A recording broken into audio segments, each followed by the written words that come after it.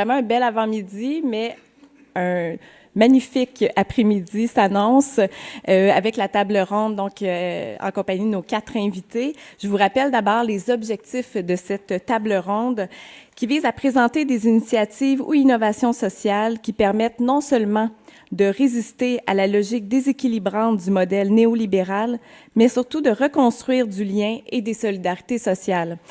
Alors, nos différents invités vont pouvoir vous présenter une série d'initiatives très concrètes, des exemples qui permettent de revaloriser le potentiel économique et social de nos collectivités, contribuant du même coup à briser le cercle vicieux de la pauvreté et de l'exclusion sociale.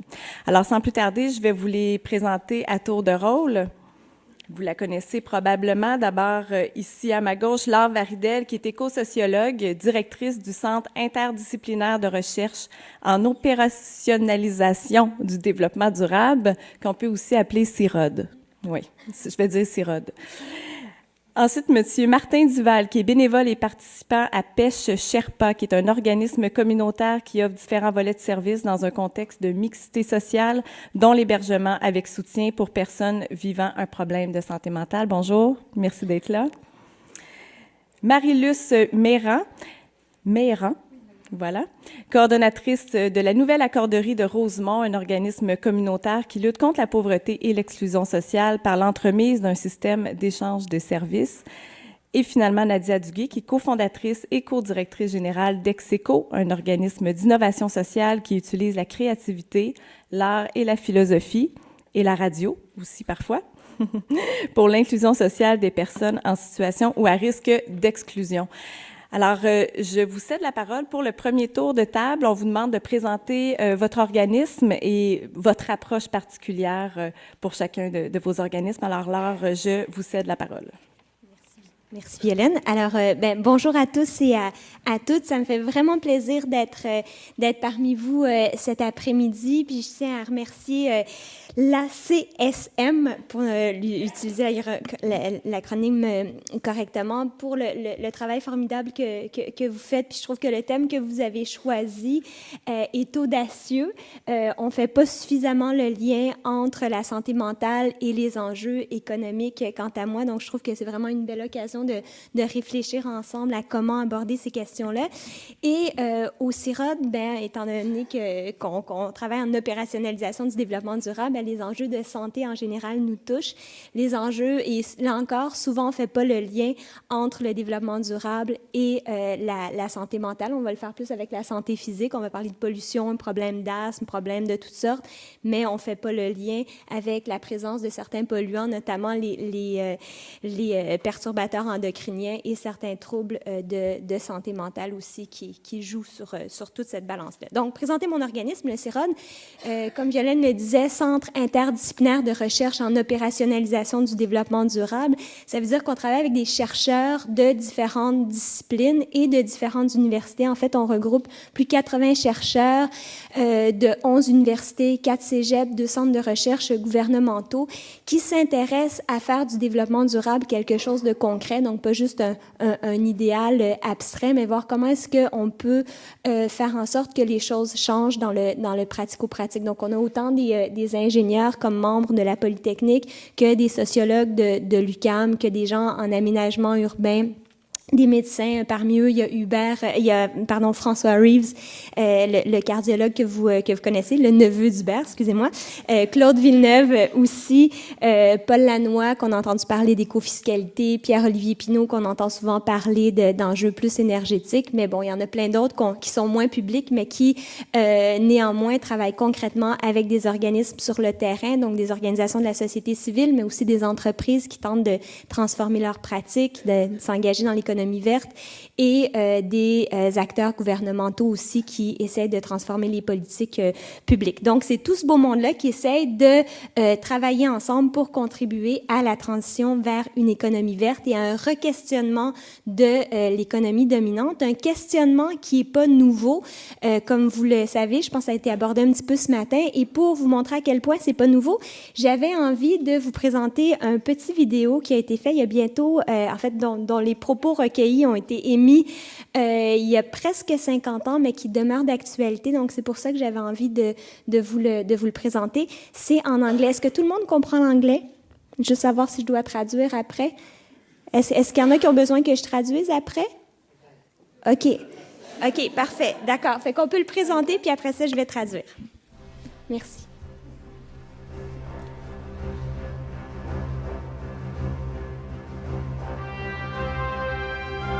Too much and for too long, we seem to have surrendered personal excellence and community values in the mere accumulation of material things. Our gross national product now is over $800 billion a year. But that gross national product, if we judge the United States of America by that gross national product counts air pollution and cigarette advertising and ambulances to clear our highways of carnage. It counts special locks for our doors and the jails for the people who break them. It counts the destruction of the redwoods and the loss of our natural wonder in chaotic sprawl. It counts napalm, and it counts nuclear warheads and armored cars for the police to fight the riots in our cities. It counts Whitman's rifle and Speck's knife and the television programs which glorify violence in order to sell toys to our children. Yet the gross national product does not allow for the health of our children, the quality of their education, or the joy of their play. It does not include the beauty of our poetry, or the strength of our marriages, the intelligence of our public debate, or the integrity of our public officials. It measures neither our wit nor our courage, neither our wisdom nor our learning, neither our compassion nor our devotion to our country. It measures everything in short, except that which makes life worthwhile. And it can tell us everything about America, except why we are proud that we are Americans.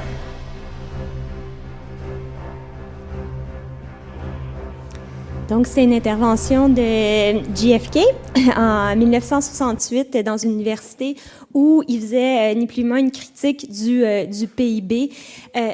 Pardon? Ah! Robert Kennedy, excusez-moi, Robert F. Kennedy. Donc, il faisait une intervention à l'université et qui faisait cette critique-là, justement, du PIB. Une critique qui se maintient encore aujourd'hui, évidemment, parce qu'on n'a pas changé malgré le fait qu'on sait qu'il s'agit d'un très mauvais indicateur de richesse autre que monétaire. On continue à utiliser cet indicateur-là pour nos politiques publiques, pour nos décisions en général. Il existe pourtant des indicateurs alternatifs. Plusieurs de nos chercheurs travaillent là-dessus au CIROD, puis on tarde à les mettre de l'avant. Juste pour vous parler de quelques-uns. Bon, celui qui est certainement le plus connu, qui regarde plus les indicateurs de développement humain, mais pas environnementaux, c'est l'indice du développement humain, donc des Nations Unies, ce fameux indice sur lequel Jean Chrétien s'était basé quand il avait dit que le Canada était le plus meilleur bon pays au monde. Là. C'est ça. Donc, il y a eu quand même une portée politique. On le regarde quand même un petit peu.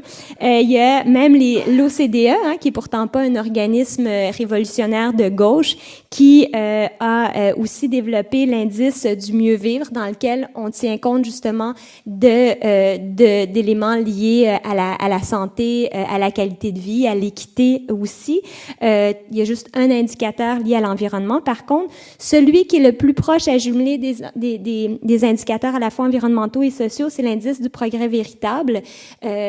Certains d'entre vous ont peut-être entendu parler du livre d'Harvey Mead, qui est l'ancien commissaire au développement durable, qui fait état là-dedans, en fait, de où en est le Québec, où est-ce qu'il présente, dans le fond, oui, le Québec continue à augmenter son PIB, mais dans les faits, il y a beaucoup d'autres indicateurs qui se détériorent, notamment au niveau environnemental, mais aussi sur le plan de la répartition des revenus.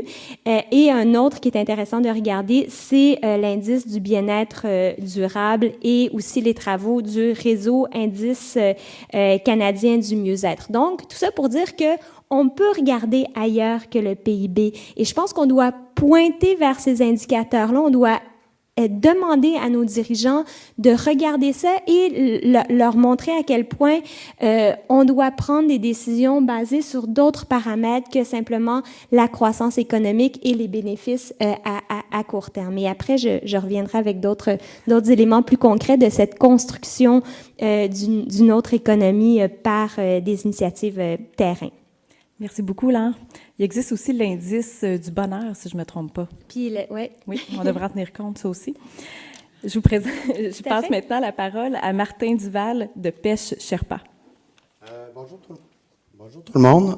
Je suis content d'être ici avec vous. Moi, je viens représenter, je suis utilisateur et bénévole à Pêche. Pêche, c'est un organisme qui est situé à Québec, qui comporte 8 volets. Pêche, c'est un organisme communautaire. C'est dédié à aider les gens qui ont des problématiques en santé mentale, en crise, qui ont perdu leur point de repère. Ça peut être différentes situations. C'est de les aider dans leurs besoins, des enligner dans leur établissement. Et c'est ça. Il y a 8 volets. Je vais vous expliquer un peu brièvement les 8 volets. Il y a le volet formation. La formation qui sont pour les partenaires de réseau en santé.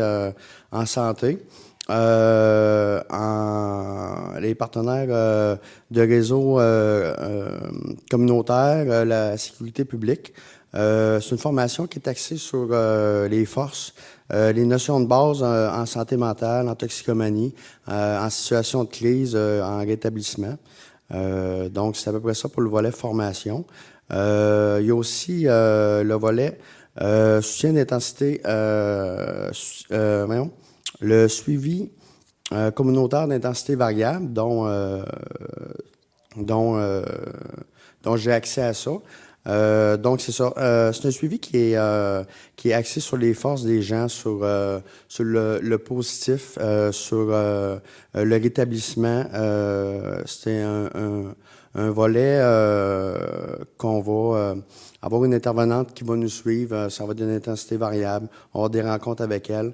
On va être suivi selon nos besoins, nos désirs, on ne sera pas jugé, peu importe. C'est basé sur le rétablissement pour ceux qui pourraient avoir perdu leur point de repère, qui sont en santé mentale, en situation d'instabilité résidentielle ou d'itinérance. C'est ça pour le volet suivi communautaire. Il y a l'hébergement transitoire. L'hébergement transitoire qui comporte... c'est une maison d'hébergement. J'aime mieux dire maison d'hébergement. Vous pouvez faire un 30 jours ou un 60 jours. Vous pouvez être référé par soit les hôpitaux psychiatriques, par différents volets de pêche, par un intervenant si on a déjà un suivi et qu'on est en situation de crise. Ça va être axé sur les forces que je vais répéter souvent et le positif. Dans un rétablissement, c'est pour un retour à la vie citoyenne, se retrouver un logement ou retrouver ses points de repère. Il y a aussi le volet Sherpa. Sherpa qui est un peu situé au cœur de Pêche. Autrement dit, leurs bureaux de travail sont là. C'est un endroit où on peut aller prendre un café. Il y a plusieurs activités là-bas. Il y a une galerie d'art où ce que les gens peuvent permettre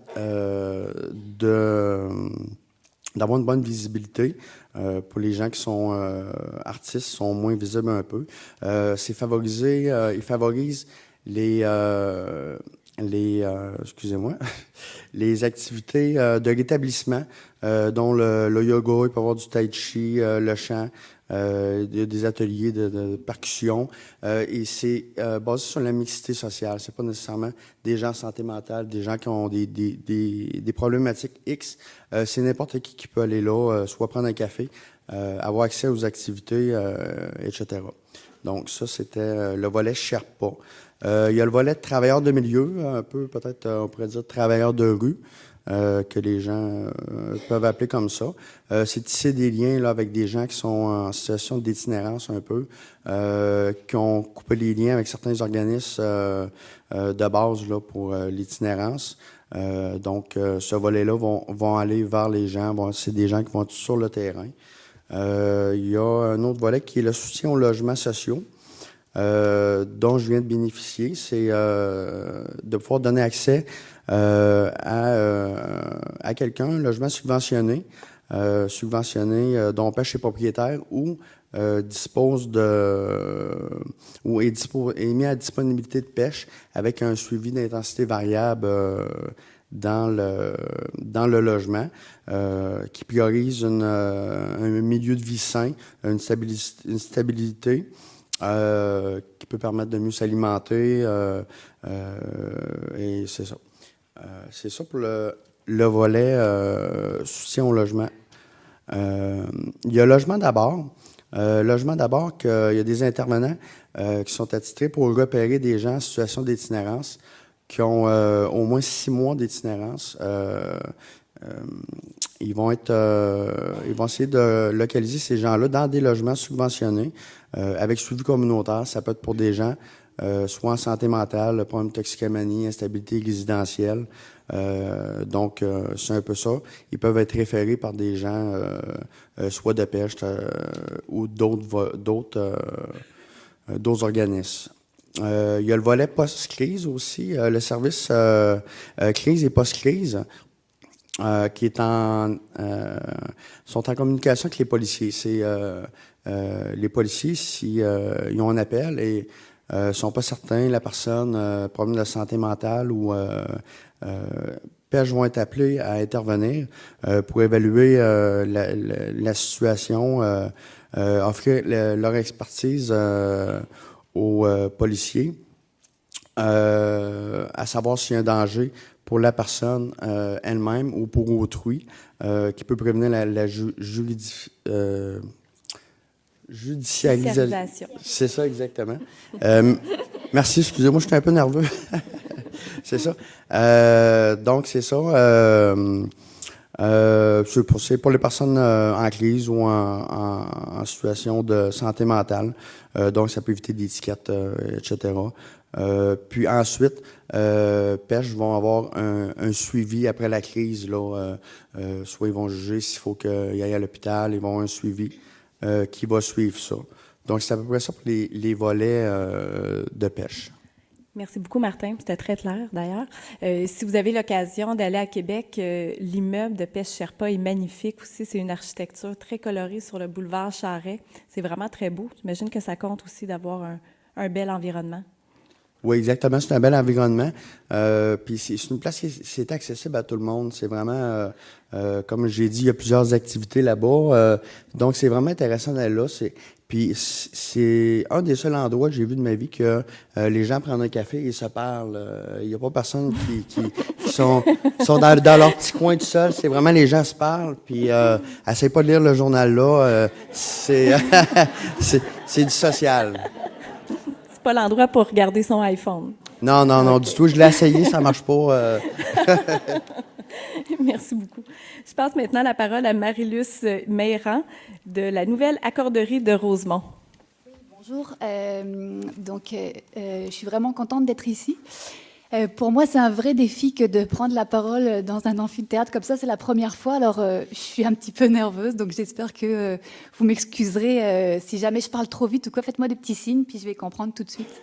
Moi, aujourd'hui, je vais vous parler de l'accorderie. Donc, c'est quoi une accorderie? En fait, c'est un système d'échange de services entre individus et qui utilise finalement le temps comme valeur d'échange. L'accorderie, en fait, dès le départ, elle vise à lutter contre la pauvreté et l'exclusion sociale dans une approche de mixité sociale.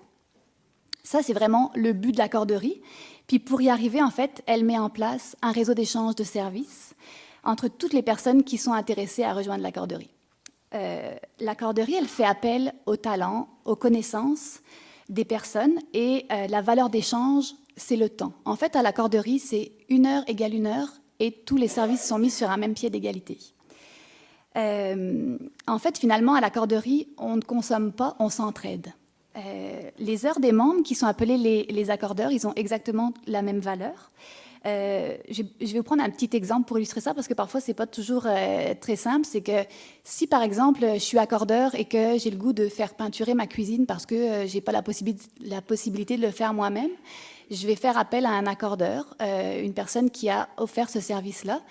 Elle va venir chez moi, elle va peinturer ma cuisine, mettons que ça met 3 heures. Donc, son compte de temps va être crédité de 3 heures, puis le mien va être débité de 3 heures. Puis moi, en échange, je vais offrir un service que j'ai le goût de partager. Ça peut être du jardinage, ça peut être de la couture, ça peut être peu importe. Et je ne suis pas obligée de rendre le service à la personne qui me l'a donné. En fait, il existe plus de 1000 services. C'est vraiment très diversifié. Ça peut être de la cuisine, yoga, accompagnement à des rendez-vous médicaux, cours de peinture, réparation de vêtements. Bref, je vous laisse aller sur le site ou venir nous rencontrer. Puis je pourrais vous dire un petit peu tout ce qui existe. Et en fait, la beauté de ce système-là, c'est quoi? C'est que ça met en avant les talents des personnes et les connaissances. Donc, ça veut dire que tout le monde est égal. Et l'égalité, en fait, entre les accordeurs, c'est vraiment le principe fondateur. Puis, l'accorderie, finalement, elle améliore les conditions de vie des personnes dans un esprit de solidarité puis de mixité sociale. En fait, ça permet d'enrichir aussi la collectivité. En fait, à l'accorderie, il existe 3 types d'échanges de services différents. Il y a le service l'échange individuel, ça c'est entre 2 personnes ou entre une personne et un groupe de personnes, si quelqu'un veut donner un atelier par exemple. Il y a le service l'échange collectif, ça c'est plus un service d'intérêt général comme le groupe d'achat par exemple, qui peuvent exister dans les accorderies.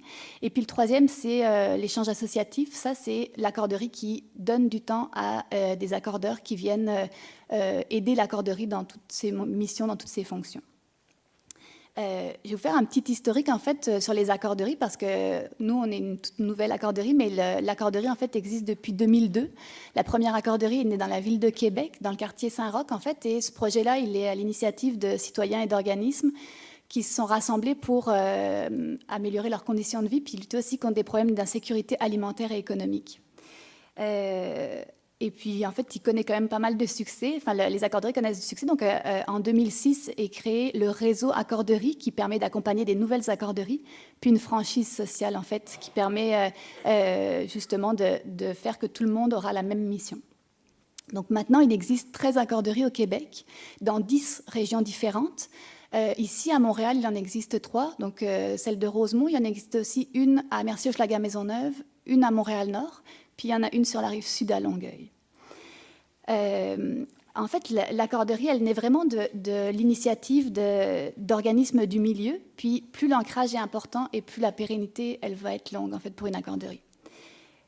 Moi, je vais vous parler donc particulièrement de celle de Rosemont, parce que c'est celle que je connais, parce que c'est là où je travaille.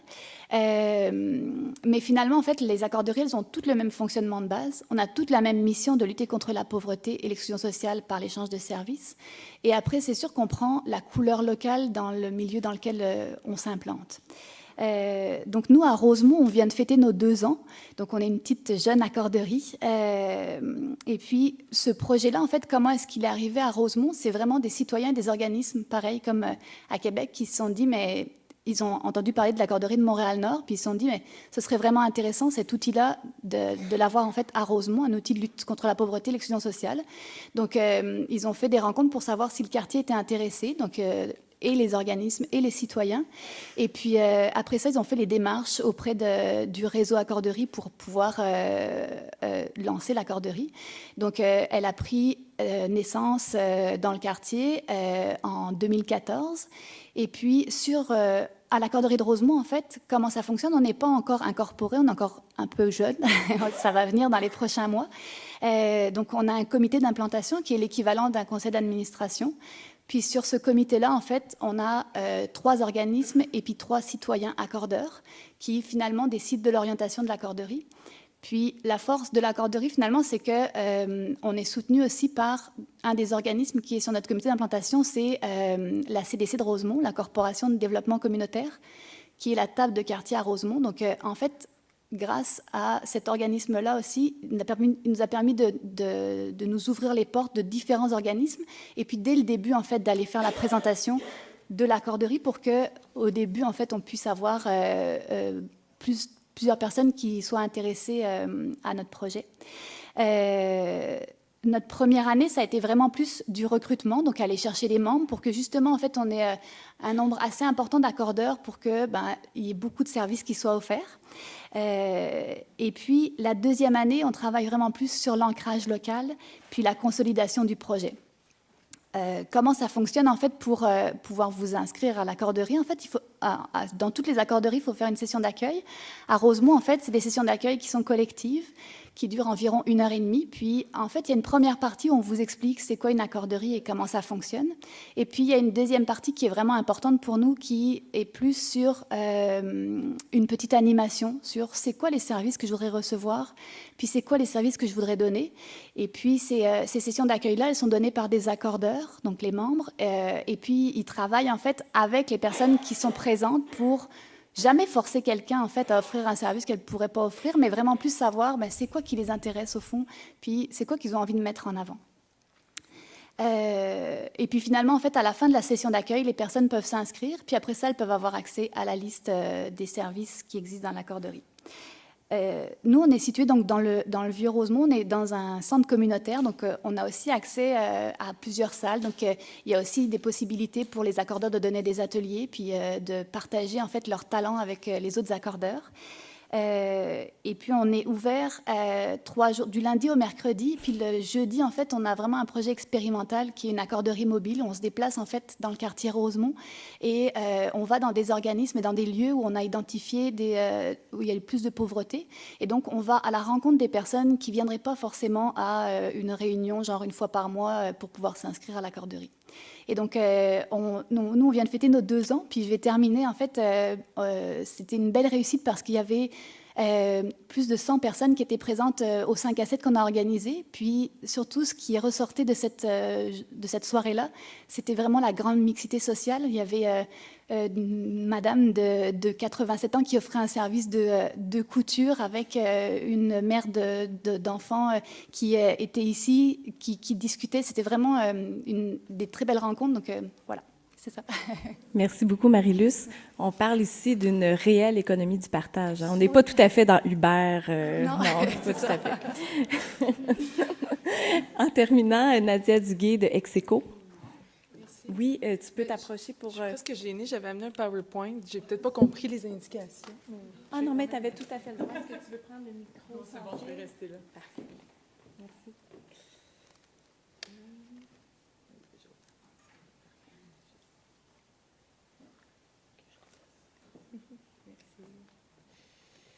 OK.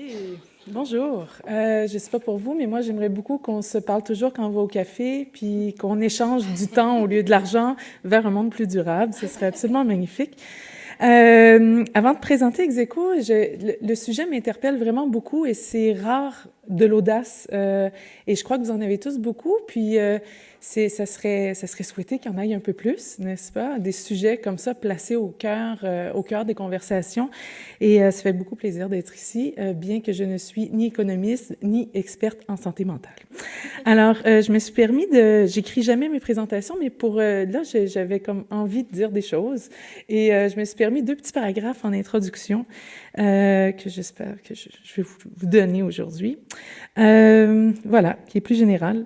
Donc, la pression que pose le système sur les individus, les organisations et les institutions nous maintient dans un rapport d'échange porté par le culte de la réussite, du success story, du mérite, de l'efficacité, de la productivité, du bon consommateur, pas trop critique, bien gentil, individualiste ou maintenu dans la logique de concurrence. L'immense incohérence de tout ça, c'est que les organisations qui tentent de résister, en posant l'humain au centre de leurs travaux au lieu de l'économie, doivent composer avec cette logique au quotidien, à tous les jours, et finissent parfois par contrecarrer tout effort d'émancipation organisationnelle. Pensons à nos plans d'affaires qui nous demandent d'analyser la concurrence et non la complémentarité de nos secteurs et de nos organisations. La reddition de comptes tournée sur la visibilité du bailleur de fonds et non sur notre réel impact sur le système. Ou encore les directives en termes de temps et de salaire qui comptent, calculent le moindre des sous et tuent toute possibilité de prendre le temps de façon digne de travailler avec des gens tout aussi dignes, ce qui ne demanderait que ça. C'est d'autant plus vrai, ce petit constat, dans une organisation comme la nôtre, qui met l'émancipation au cœur de ses préoccupations et comme objectif principal. C'est ma petite intro. Alors, bonjour, bienvenue dans le monde d'Execo. Alors, en 2006, on était 2. Aujourd'hui, on est 40. À tenter, je dis bien tenter, je ne crois pas qu'on y arrive encore, mais à créer une organisation qui serait apprenante, on l'espère, qui continue à évoluer, qui continue même à changer sa mission en cours de route et qui souhaite mettre aux agendas la question de la hiérarchie des savoirs au cœur des problèmes sociaux. Alors, Execo veut dire d'égal à égal. Le cas veut dire qu'on se permet de jouer avec les règles. 2 grands objectifs chez nous, l'inclusion sociale et l'émancipation intellectuelle. Pourquoi? Parce qu'on considère qu'il faut être outillé dans ce monde un peu fou avec de la surdose d'informations où on reçoit énormément, mais énormément à tous les jours, de messages contradictoires sur qu'est-ce qui finalement on devrait faire et pourquoi pas s'outiller afin de penser librement. L'inclusion sociale, on le met côte à côte avec l'intégration sociale. L'idée pour nous, c'est pas un contre l'autre, mais bien côte à côte. L'idée pour nous, c'est d'avoir des outils pour pouvoir travailler sur cette société-là, tous avoir les mêmes outils pour travailler sur la société, au lieu de tenter de faire rentrer des gens dans un moule qui ne fonctionne absolument pas. Pour y arriver, on met au cœur de nos travaux un concept qui est la marginalisation intellectuelle, qu'on travaille à l'interne, autant au niveau de la recherche, de l'expérimentation de tous nos travaux. Cette marginalisation intellectuelle, elle est divisée en 3 explications, disons, qui est autant le racisme de l'intelligence, l'asservissement intellectuel que la société du mépris. On le met vraiment en plein centre afin qu'on ait une base solide sur laquelle on peut travailler. Expliquer pourquoi on fait ce qu'on fait, pourquoi on travaille à partir de la philosophie et les arts, pourquoi on tente effectivement de créer une nouvelle richesse, mais qui est la richesse qu'on a tous en nous, qui est la richesse humaine de se rencontrer de façon improbable, de créer, de réenchanter chacun de nos quotidiens. Donc, c'est comme ça que nous, on part. À partir de là, tout est décliné. Pour les expliquer, j'ai juste 10 minutes, fait que je ne peux pas tout expliquer, mais c'est juste l'audace de penser que tu as le droit de penser à la place de quelqu'un d'autre. C'est ça qu'on met au cœur de nos travaux. Tout le monde me suit? 3 bases liées à notre organisation. Au lieu de partir de la mission, ce qu'on a fait, c'est qu'on a tenté de travailler sur qu'est-ce qui devrait dicter notre mission. La mission qui, elle, dicte nos approches, qui, elle, dicte nos projets. Donc, 3 bases qui sont au-dessus de la mission et qui fait que notre mission a le droit de changer, qui fait que notre organisme a changé 4 fois de structure juridique, qui fait que pour nous, c'est comme ça, c'est des outils, mais qui doit, par contre, venir toujours du même lieu. La posture éthique, donc l'éthique. Pourquoi? Parce que le problème du vivre ensemble vient de la relation et de ce qu'on n'a pas pensé à réfléchir dans notre entre-deux. Donc, l'éthique, pour nous, elle part de la présomption d'égalité des intelligences. La théorie de la transformation sociale, elle identifie, celle d'Execo, identifie 4 leviers. Grosso modo, on dit que depuis les 8 premières années, on s'est trompé. Pourquoi? Parce qu'on offrait uniquement des projets à l'intention des personnes en situation d'exclusion sociale, sans même penser que si on change pas le système, il n'y a rien qui va changer. Fait que là, à partir de maintenant, une fois qu'on a émis cette théorie, bien là, maintenant, nos projets, nos territoires d'intervention se sont largement ouverts et maintenant contribuent à la fois au levier d'inclusion, effectivement, continuer à avoir des activités terrain comme on l'a toujours eu, mais jusqu'au levier d'influence au niveau des politiques publiques, mais également des bailleurs de fonds, en passant par un levier d'interreconnaissance au niveau des populations, en fait, des citoyens qui ne sont pas en situation d'exclusion et de complémentarité au niveau des institutions. Ce que ça donne comme résultat, c'est qu'on donne, entre autres, énormément d'accompagnement, de consultation et de formation institutionnelle, notamment en présomption d'égalité des intelligences. Donc, je les savais. Notre mission, on en a quand même une, créativité au service de la transformation sociale. Donc, oser dire la transformation sociale, puis oser aussi dans notre mission, on a parlé tout à l'heure d'innovation sociale, c'est pas dire qu'il faut tout remplacer, puis c'est pas dire que l'innovation, c'est ne faire que du nouveau. Par contre, pour nous, c'est de partir de la prémisse qu'il faut effectivement quelque chose dans la structure globale de comment on fonctionne en société qui change. Et le mettre là, pour nous, ça veut dire de suivre une indication qui est la recherche. Il faut chercher, on n'a pas la solution, on ne sait pas vivre ensemble, on parle de cette prémisse-là aussi, et on ne sait pas ni comme organisme, ni comme individu, comment faire, et dès lors qu'on se met comme objectif de chercher, coûte que coûte, à trouver, mais on cherche autrement. Chercher autrement, mais ça veut dire d'aller dans plein d'endroits où on n'est pas nécessairement expert et d'engager une conversation beaucoup plus large que celle qu'on avait initialement prévue. Donc, comment ça devient réel? Il me reste 2 minutes, genre.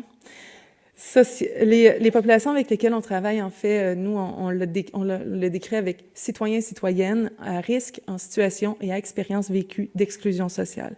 Elles sont nombreuses. On travaille sur 4 provinces au Canada. Bientôt 5. Et on travaille différemment, en fait, dépendamment des populations avec lesquelles on travaille. C'est vraiment très large. Oui, on travaille avec des populations qui vivent des enjeux de santé mentale à tous les jours dans chacun des milieux dans lesquels on est. Mais par contre, on ne va pas le mettre comme étant le sujet au cœur. Par contre, l'économie et la société, celle-là, on va le mettre au cœur. Donc, on engage des conversations à la fois politiques, philosophiques, des enjeux sur la logique, sur l'autodéfense intellectuelle. Nos groupes sont de merveilleux détecteurs de sophismes, de manipulation du discours, entre autres. On a des cours de judo intellectuel. On a également une caravane philosophique et culturelle pour les Autochtones en situation d'itinérance ici à Montréal. Et ce, toujours en complémentarité de services de premier recours.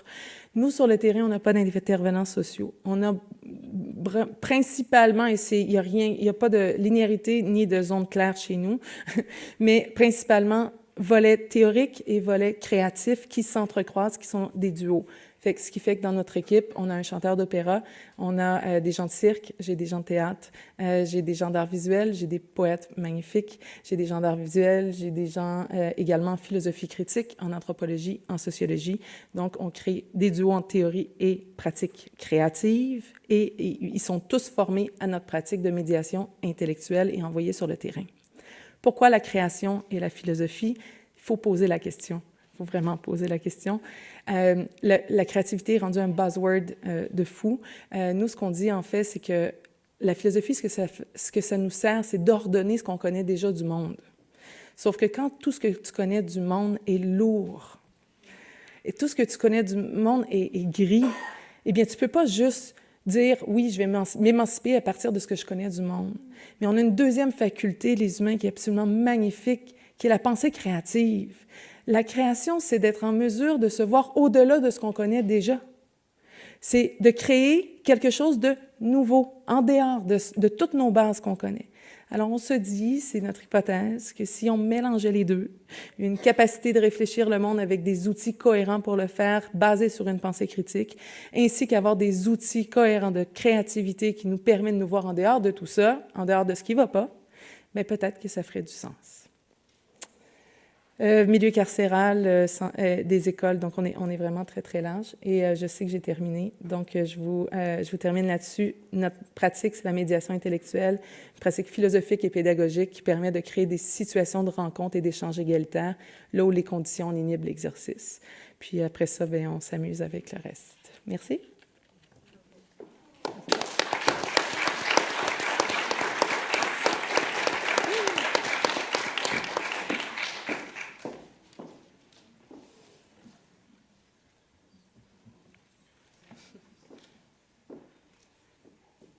Ah, les PowerPoint.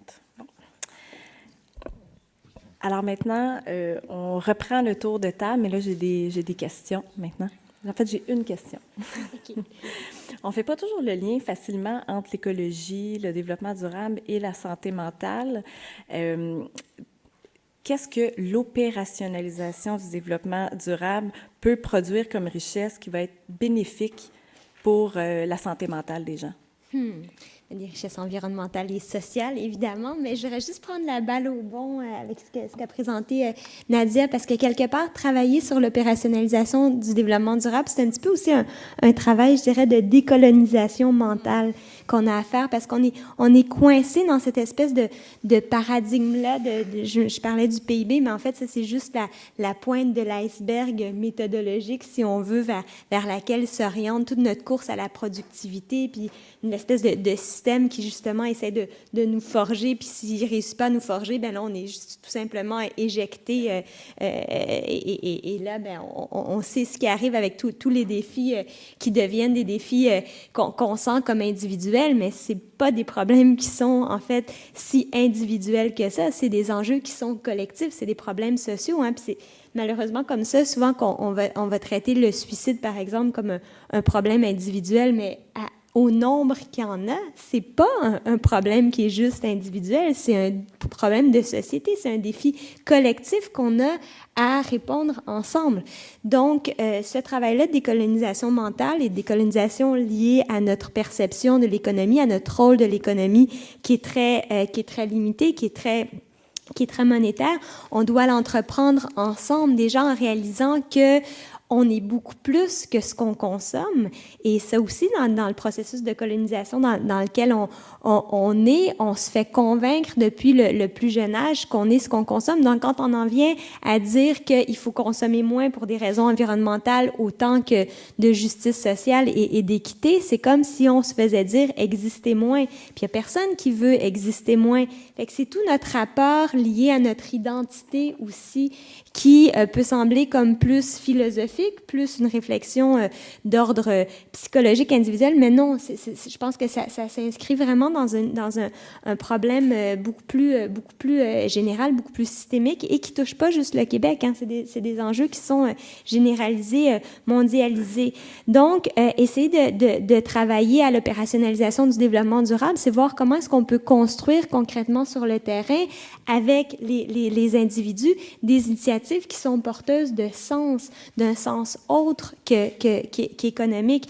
Et on voit un foisonnement d'initiatives. En fait, vos trois initiatives sont des excellents exemples de ce qui se construit sur le terrain et qui est souvent perçu comme des belles petites initiatives sympathiques. Mais moi, je viens de terminer mon doctorat, en fait, qui portait sur l'émergence d'une économie écologique et sociale.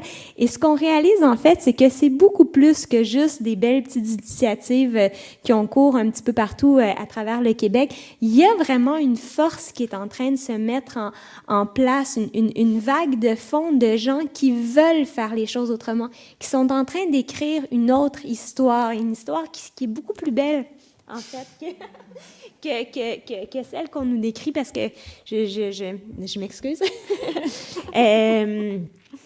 Je travaille beaucoup avec des scientifiques qui regardent justement les données, qui prescrivent ce qui va se passer sur la planète si on en croit si on continue à augmenter nos émissions de gaz à effet de serre, par exemple, si on continue à augmenter la pollution de l'eau, de l'air, la présence de polluants dans nos aliments et tout ça. Donc, les scénarios qui sont présentés, là, si on continue cette courbe-là, c'est des scénarios qui sont clairement catastrophiques et ils sont tellement catastrophiques qu'on en parle à peine dans les médias parce que ça remet trop en question le système dominant.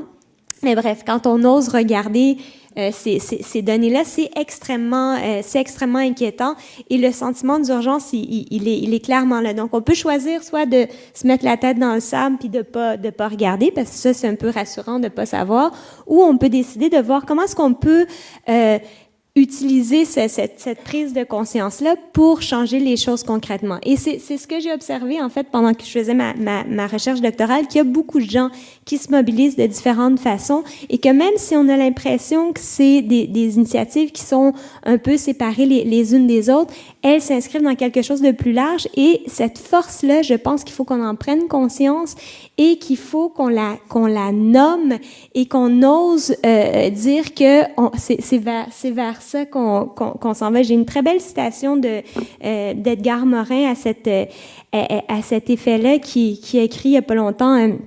Aujourd'hui existent des forces de résistance qui sont dispersées, qui sont nichées dans la société civile et qui ne se connaissent pas les unes les autres.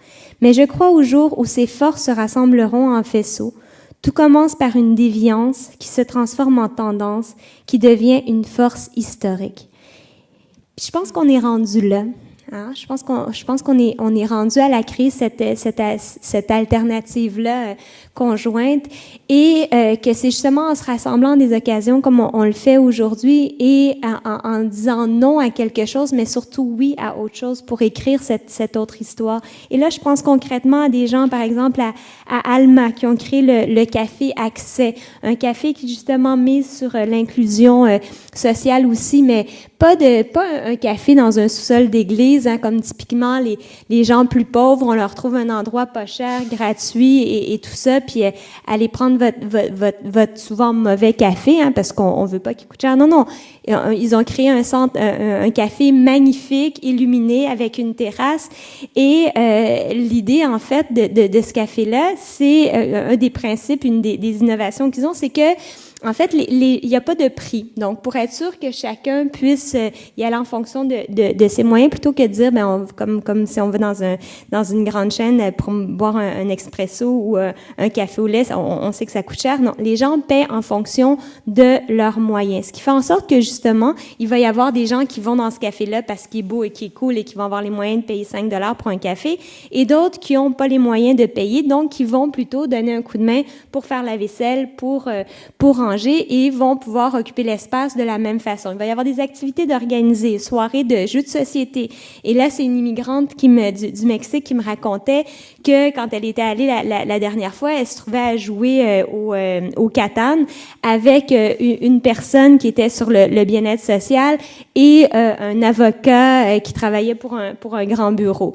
Donc, tout ça autour d'une même table à Alma, alors que c'est des gens qui, dans le quotidien, auraient eu peu d'occasions de se rencontrer. Donc, tout ça, cette force des liens-là. L'agriculture soutenue par la communauté, c'est un autre type d'exemple où est-ce que tu as des fermiers biologiques locaux qui rentrent en lien avec des consommateurs en ville, ce qui donne accès à des produits biologiques pour moins cher, mais qui fait en sorte que dans un même quartier, les gens se rencontrent aussi. Tout le mouvement des ruelles vertes aussi, hein, les voisins qui se mettent à se parler, qui se mettent à s'entraider. Ça, c'est des occasions aussi de construire une autre économie. T'es pas dans l'économie monétaire, il n'y a pas de transaction, mais il y a une création de richesse de par ces liens-là qui se font.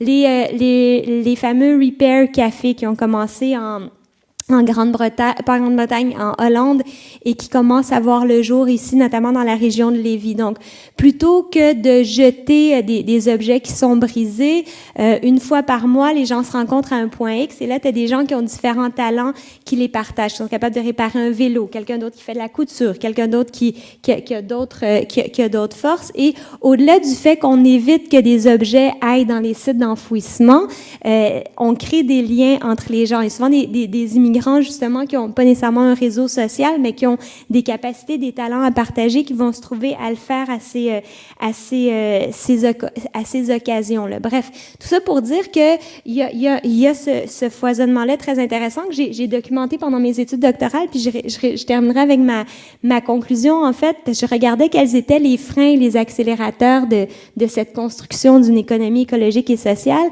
Puis le premier frein, on s'y attend, il est souvent économique, hein, parce que ça coûte des sous, puis de faire des choix écologiques, parfois c'est plus cher, ou d'assurer d'avoir des employés qui sont bien payés, c'est mieux payé, c'est plus cher. Donc souvent, c'est le premier frein qui est vu. Mais le principal accélérateur, avez-vous une idée de ce que ça peut être? Moi, je m'y attendais pas, en fait. En fait, le principal accélérateur, c'est les liens, puis les liens affectifs entre les gens. De manière très surprenante, des projets qui, en théorie, pouvaient sembler pas nécessairement particulièrement porteurs, eh bien, parce que les gens sont liés les uns aux autres et qu'il y a cette affection-là, ce plaisir de travailler ensemble, bien, il y a des petits miracles qui se produisent un petit peu partout. Donc, s'il y avait quelque chose à faire, je pense, on sait, ça fait partie des 7 astuces en santé mentale, créer des liens, mais je dirais que travailler pour la santé mentale puis travailler pour l'environnement, finalement, il y a beaucoup plus de liens qu'on serait porté à croire. Et tu vois, quand je t'ai posé la question, je pensais plus à la question environnementale, écologique, puis tu as bien démontré que ça inclut complètement toute la dimension sociale. Mm-hmm. Alors, voilà. Martin, tu as beaucoup expliqué tout à l'heure les services de pêche Sherpa, mais concrètement, pour toi, qu'est-ce que ça a changé dans ta vie? Sherpa, ça a changé beaucoup de choses dans ma vie. Ça a changé ma perception de voir les choses. Ça a changé ma façon de voir la vie sur ce qui est important, sur les valeurs, sur beaucoup de choses. J'ai commencé assez jeune à tomber dans un problème alcoolique, toxicomanie. À 32 ans, j'ai 35 ans présentement. Je me suis ramassé, ils m'ont diagnostiqué un trouble de la personnalité limite.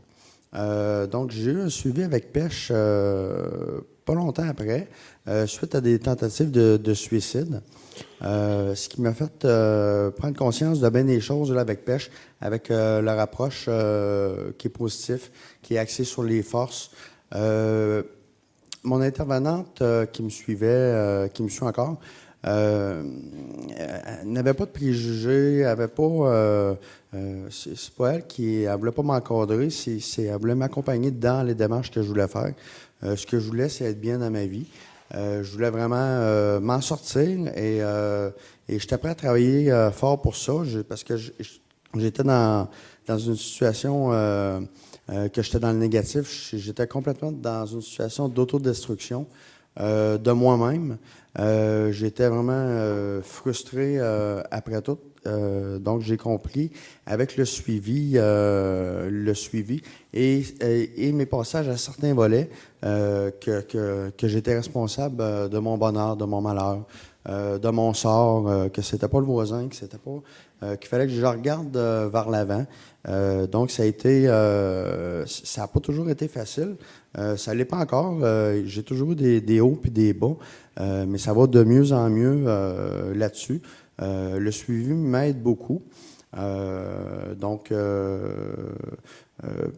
c'est ça. Donc, au début de mon suivi, je vivais de l'instabilité résidentielle. Donc, j'ai eu accès au volet de l'hébergement transitoire, la maison d'hébergement Saint-Luc. Et rendu là-bas, c'est une maison, c'est vraiment chaleureux. Les intervenantes et intervenants, ils ont un côté humain, vraiment une bonne approche. C'est là que j'ai vu un peu que tout n'était pas noir, que je pensais que dans ma vie, moi, tout le monde était négatif, tout le monde était frustré, tout le monde, il n'y a pas personne qui se parlait, que tout le monde dénigrait les autres, parlait dans le dos des autres. Donc, j'ai vu un autre mode de vie aussi des gens qui travaillaient à l'hébergement et pour pêche, soit sur la santé, l'alimentation, des alternatives là, à ce qu'on connaît aujourd'hui, nos stresseurs, à la médication. Donc, c'est ça, c'est toujours des suivis qui sont axés sur les forces, comme je le dis souvent. Donc, c'est très important. Donc, c'est ça. Après avoir été à l'hébergement, bon, je me suis trouvé, j'ai été des colocations, de l'instabilité résidentielle aussi. J'y ai retourné une autre fois. Ensuite, je me suis ramassé en maison de chambre, vraiment. Je sais pas si on a parlé de punaises tantôt, là, mais c'est là-bas, bon, j'aurais pu me nourrir de punaises, là. C'est vraiment les propriétaires qui sont en cause de ça parce que ils veulent pas mettre d'argent, donc et les punaises passent d'une chambre à l'autre, puis ils font désinfecter, puis ça change rien. C'est des bâtisses où ce que les gens, c'est vraiment fou là. Après une demi-heure en train de défendre mes boîtes, la police était déjà là pour un cas là. La police était là tous les jours répétitivement. Mais là, donc je me suis ramassé, j'avais arrêté de consommer, moi, ça faisait 2-3 mois, puis je pensais que ça allait bien. Donc, je retombais sur terre. J'étais vraiment dans le milieu de la misère sociale. Mais par contre, je me suis dit, bon, je vais m'en aller de là, mais je suis tombé concierge. Donc, j'ai pris les rênes un peu du bloc. Ça a pris 3 mois. C'est devenu tranquille. J'ai appris à parler à des gens, comprendre les gens plus dans leur situation. Mais je suis tombé malade dans ce bâtisse-là parce que Il y avait des refoulements d'égouts, de la moisissure. Donc, j'ai dû déménager. Et par contre, comme j'étais tombé conscient, je m'étais créé beaucoup d'ouvrages. C'était un peu de l'ouvrage là qui était ça déduisait de l'argent de mon loyer en dessous de la table. Je travaillais vraiment beaucoup, mais je m'enlignais pour travailler, déclarer, lâcher l'aide sociale, puis me mettre en action. Par contre, je suis tombé vraiment malade, et là, je suis tombé avec le système de santé qu'on connaît aujourd'hui, qui est assez catastrophique. J'ai été voir mon médecin de famille plusieurs fois, que ça allait pas bien, des problèmes au niveau des poumons, des bronches. Je filais pas bien, j'étais fatigué, j'étais épuisé. Et mon médecin essaie juste de me consoler. Ça va bien, tu respires, tu parles, tu bouges, va-t'en chez vous, t'es correct. Donc, je me suis ramassé dans des pensées suicidaires. Puis je me focusais, je travaillais 7 jours sur 7. J'essayais de me dire, bon, si je travaille trop, peut-être. Finalement, j'ai été souvent aux urgences. Puis, c'est là que j'ai réalisé qu'il fallait que je prenne le taureau par les cornes, puis que je m'auto-diagnostique pneumonie, sinusite. J'ai expliqué ça aux urgentologues que j'avais une pneumonie. Quand ils m'ont dit ça, quand je leur ai dit ça, l'urgentologue m'a dit t'as pas de pneumonie, là, on va te passer les examens, mais promets-moi d'aller voir ta psychologue après. On va te passer les tests pour te consoler un peu. Finalement, j'avais vraiment une pneumonie. C'est assez troublant. Et c'est ça. Donc, après ma pneumonie, je suis retourné chez nous, médication. J'ai arrêté de travailler. Je filais pas encore, j'étais enroué.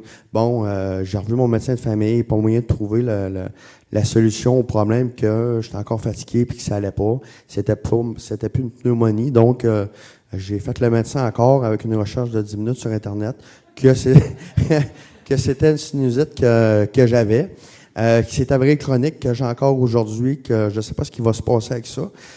Donc, suite à ça, ça a été beaucoup d'événements stressants. Ils m'ont passé un taco des sinus. Ils ont trouvé une tumeur à ma glande hypophyse. Donc, je me suis ramassé dans une situation que je ne savais pas si c'était cancéreux, je ne savais pas si j'allais me faire opérer, je ne savais pas si j'allais me faire ouvrir le cerveau. Donc, ça a été une période là, assez stressante, mais à ce moment-là, j'ai décidé de pas m'apitoyer sur mon sort. J'ai dit, si j'ai à mourir, je vais le faire debout. Je vais mourir de mon vivant. Puis, donc,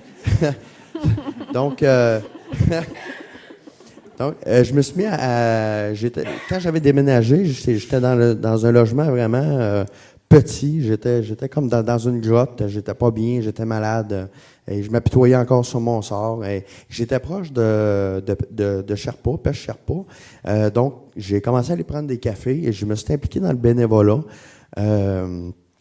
Puis, j'ai fait des activités là-bas. Il y a un cercle de parole où ce qu'on peut parler, là, c'est un petit peu une thérapie pour moi, là, cercle de parole. Donc là-dessus, c'est ça. J'ai vécu beaucoup de préjugés des médecins. J'ai été justement aussi, au travers de tout ça, j'ai été en psychiatrie. La psychiatrie, eux autres, ils étaient focusés sur la médication. Je me suis diagnostiqué les jambes sans repos. J'ai diagnostiqué que c'était à cause de mes antidépresseurs. Donc, avec PES, j'ai accès à une bonne psychiatre. Donc, on a cessé mes antidépresseurs complètement avec un accord commun. Et grâce à ça, j'ai plus le syndrome des jambes sans repos. J'ai arrêté une médication lourde pour dormir aussi. Donc, ça a fait vraiment du bien. Avec un travail d'équipe avec ma psychiatre. J'ai la maladie de Crohn aussi. Avec tout ça, ça a occasionné beaucoup de stress. Je suis tombé, j'avais vraiment pas d'argent, j'étais pas capable de me nourrir. Donc, j'ai eu un problème avec ma maladie de Crohn. Je suis rentré à l'hôpital. Je me suis pas fait opérer, ça a été correct. Mais là, j'ai un traitement présentement qui coûte 60 000 $ par année aux contribuables. Parce que je me suis mal nourri, j'ai été stressé. Ça a été une année vraiment difficile, mais j'ai réussi à passer quand même au travers. C'est grâce à Pêche qui m'ont beaucoup supporté. Écoutez, c'est vraiment une équipe formidable là-bas. Ça, je les remercie vraiment beaucoup pour ça. Puis, pour ce qui est de mon trouble, j'ai arrêté la médication. Fait qu'il fallait que je trouve une alternative parce que les psychologues me disaient t'es pas dépendant de ça, mais ça va te prendre ça à vie. Bon, là, je pense que j'ai remis pendule à l'heure. J'ai plus besoin de ça. J'étais supposé me remettre en forme, mais j'ai pas été capable de voir mon médecin pendant quelques mois. Quand je l'ai vu, je lui ai donné un papier à remplir pour un programme de remise en forme à l'Institut universitaire en santé mentale de Québec, le programme PRAPS. Et mon médecin, il passait une feuille explicative, il l'a mis au recyclage. Donc, bon, faut que j'y retourne lui reporter ça. Là. Je pense que je vais la remplir, puis je vais lui dire de la signer. Je pense... Donc, c'est ça. Face au système de santé, là, je me suis ramassé un peu comme dans les 12 travaux d'Astérix. Dans la maison, là, le formulaire A1, ça te prend, faut aller chercher le formulaire 2B, le A3, dans le 4e étage. Puis, c'est assez difficile. Ça a été assez difficile. Et pour mon problème de trouble de la personnalité limite, on m'a dit que je devais faire un traitement au Faubourg pour une thérapie de 2 à 3 ans et que je devais être actif, puis tout ça. Donc, sachant pas si j'avais le cancer, etc., c'est au moment où je faisais beaucoup de bénévolat, je m'impliquais. Donc, j'étais quand même très, très actif. J'ai été refusé parce que j'étais pas actif, même si je faisais environ 5 jours de bénévolat, même si j'étais dans un processus de rétablissement. Je pouvais pas plus dans l'action que ça, là, dans le positif. Même si je savais pas si j'allais mourir, me faire ouvrir la tête. J'étais vraiment dans une bonne lancée. Je le suis encore. J'ai eu un logement subventionné grâce à l'adversité, malgré tout ça, que je viens d'avoir récemment. Ça fait environ 1 mois que j'habite là. Donc, c'est un peu ça mon parcours face à Pêche, face à tout ce qui est système de santé et c'est ça. Fait qu'en gros, c'est ça. C'était mon histoire un peu. Merci.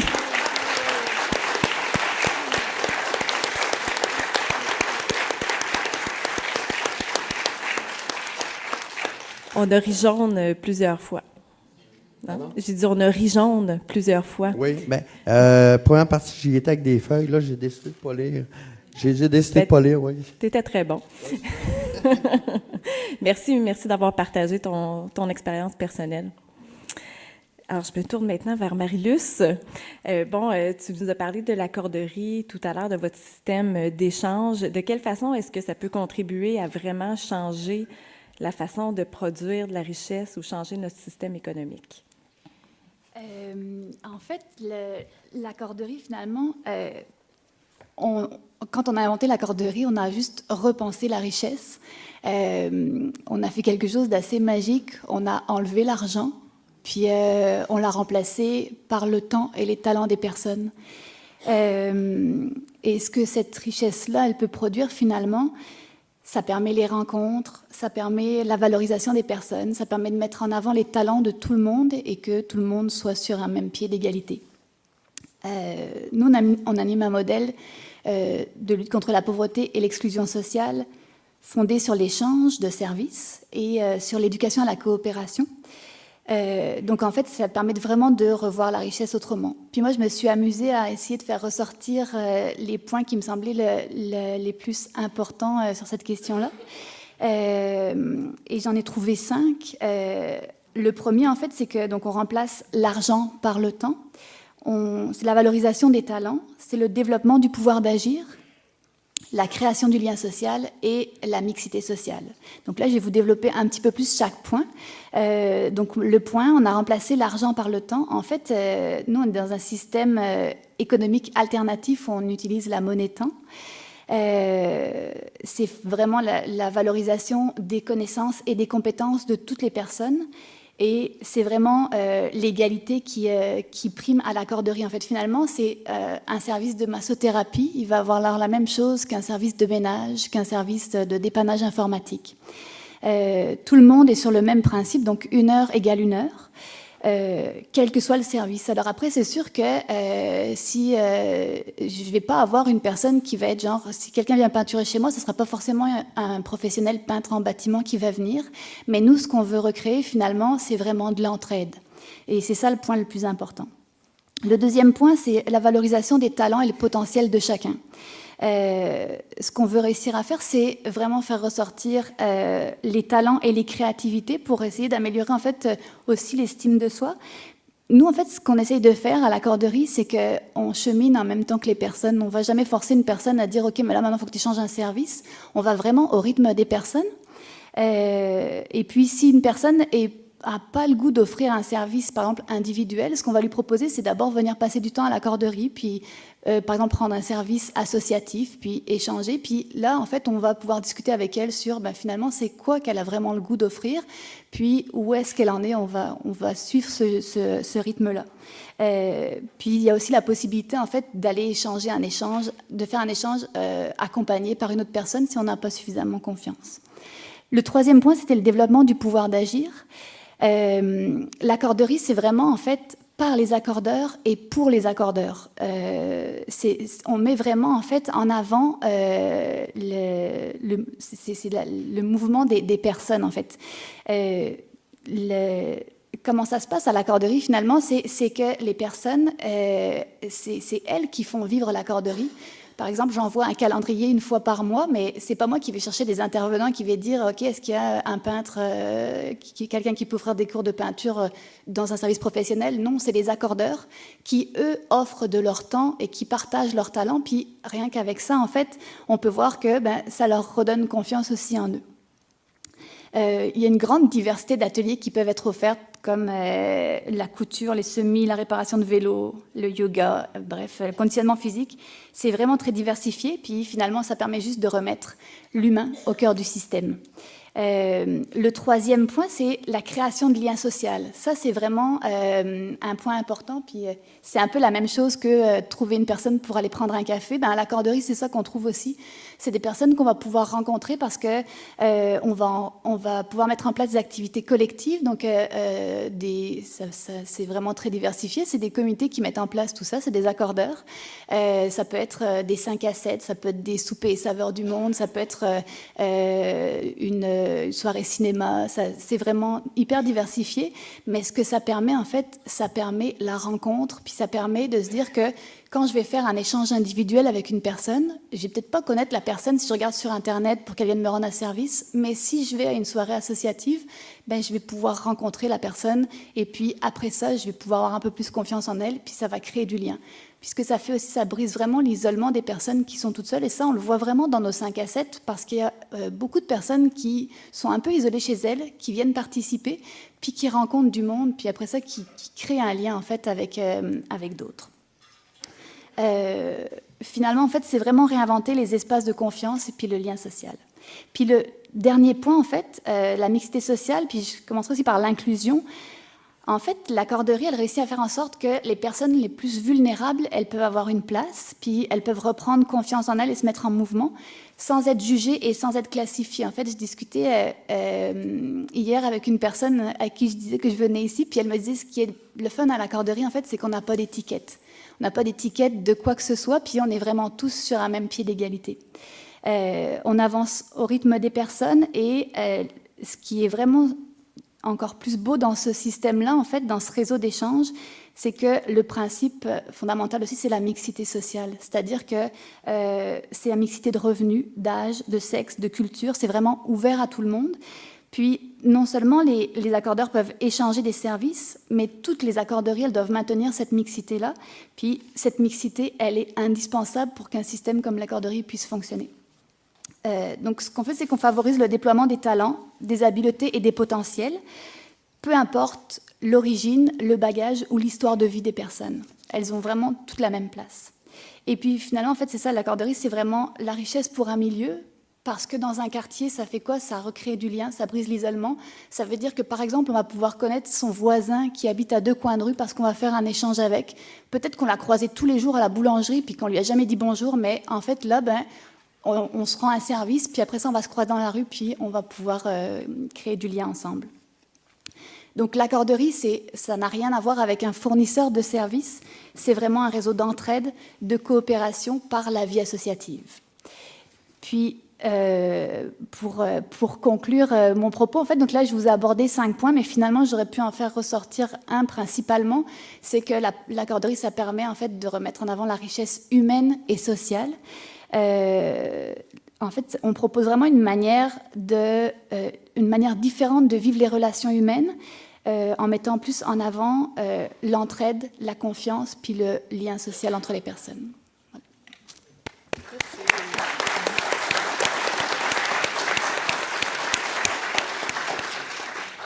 Merci beaucoup. Nadia Duguay d'Execo. J'aime beaucoup la question. Bonne chance pour y répondre, mais vers quel type de société devrait-on tendre pour réaliser la vision d'Execo? Entre autres, basée sur l'égalité des intelligences, par exemple. Oui, je pense pas qu'il y a une réponse franche. Je pense qu'on a tous aussi notre propre réponse à ça. Nous, on s'est posé la question parce que je talonne beaucoup dans les réseaux, un peu partout où je passe, en fait, qu'on parle énormément d'innovation sociale, mais très peu de type de société qu'on veut. Et pour moi, c'est fondamentalement un non-sens. On ne peut pas même faire du développement social sans savoir au moins vers où on tangue.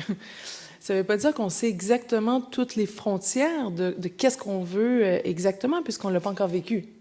Ça serait même utopiste de penser qu'on est en mesure de visualiser la société dans laquelle on veut vivre, puisqu'elle n'existe pas encore. Par contre, de lui donner au moins une directive, il me semble que c'est la moindre des choses. Pour Execo, on l'a mis vraiment dans notre vision. Tout à l'heure, il était, mais en 1 seconde sur l'écran. C'est une société créative, inclusive et réflexive. Ce qu'on dit un peu partout, c'est également qu'on n'a pas le droit d'aller plus loin dans la définition de ce qu'on aimerait avoir. Pourquoi? Parce qu'on n'est pas tous à table pour le décider. Et qu'à ce moment-là, on passe par-dessus de magnifiques expériences de vie qui pourraient nous apprendre largement, et c'est un potentiel inexploré que de ne pas tous être à table.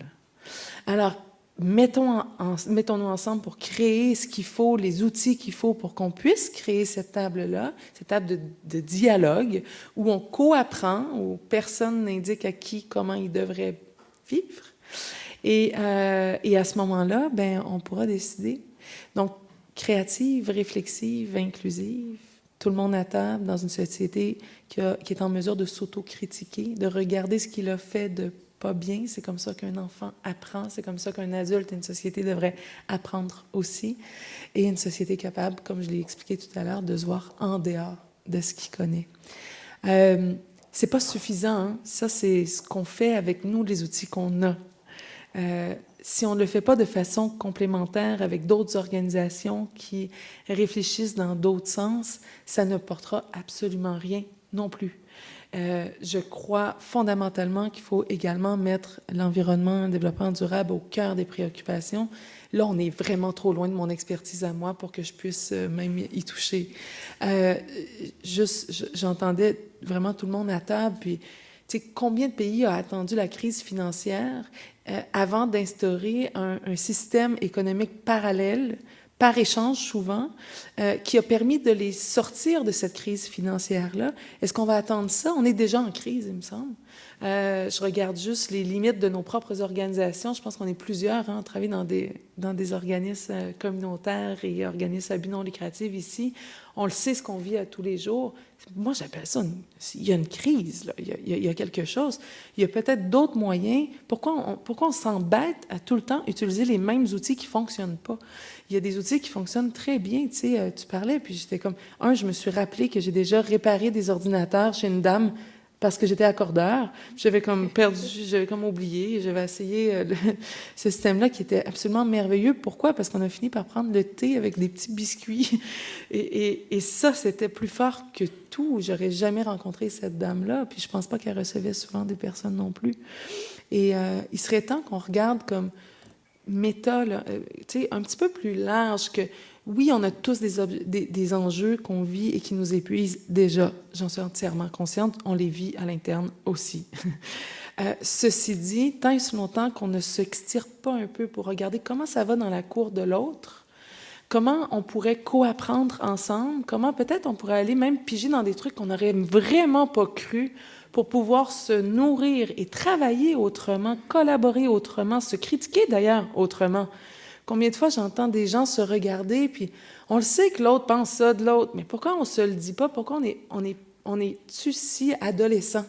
T'sais, je m'excuse, mais c'est un peu... Non, mais c'est un peu ça, tu sais, on est-tu rendu là, une société qui n'ose même pas se dire « Écoute, je le sais que tu as fait ça, mais savais-tu que tu avais un impact inverse de ce que tu pensais? » Puis je le sais que nous-mêmes, on a ça, là, puis on le fait, puis on essaie d'avoir le plus de critiques envers nos propres actions de ce que nos propres limitations et capacités nous donnent. Mais je crois qu'il faut au moins le mettre à l'agenda. Un miroir critique des organisations, côte à côte avec un co-apprentissage, puis une ouverture, un open source là, du learning. Là, excusez pour tout mon anglais d'enfant, je suis désolée. Je suis venue tout seul, je suis désolée. Mais des apprentissages des ouverts, données ouvertes. Open source, oui, mais plus de données ouvertes que de savoir ouvert, en fait. De savoir ouvert qui ose puiser, qui ose se le dire si tu veux pas que je te copie, tu sais. Parce que l'open source a ça dans la programmation qui est magnifique. C'est pas nécessairement prendre et copier tel quel, mais c'est aussi remodeler, se réadapter, être en mesure de se réapproprier, en fait, le sens que les autres ont fait. Je pense qu'avant tout, c'est une crise de sens dans laquelle on est. Puis si on le remet à l'agenda, ben ça pourrait peut-être rebrasser déjà quelques petits trucs. Merci.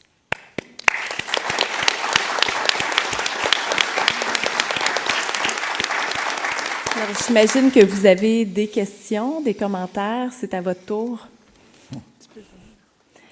Évidemment, vous nommez et nommez la personne à qui s'adresse votre question ou commentaire. Merci beaucoup réellement pour toutes les formations. Je m'appelle Célia Rojas Vigé. Entre autres choses, j'ai fait la formation dans l'Association canadienne de santé mentale pour les relations interculturelles et la santé mentale.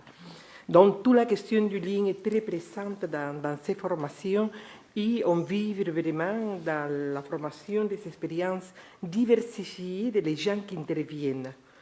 Autant pour la souffrance des autres, la propre souffrance, surtout au niveau éthique.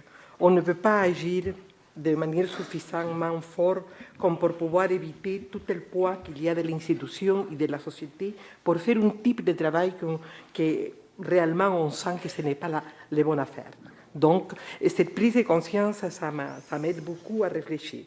Une des choses que ça me semble très importante dans toutes les choses que vous avez dit dans ce moment, c'est la question du savoir.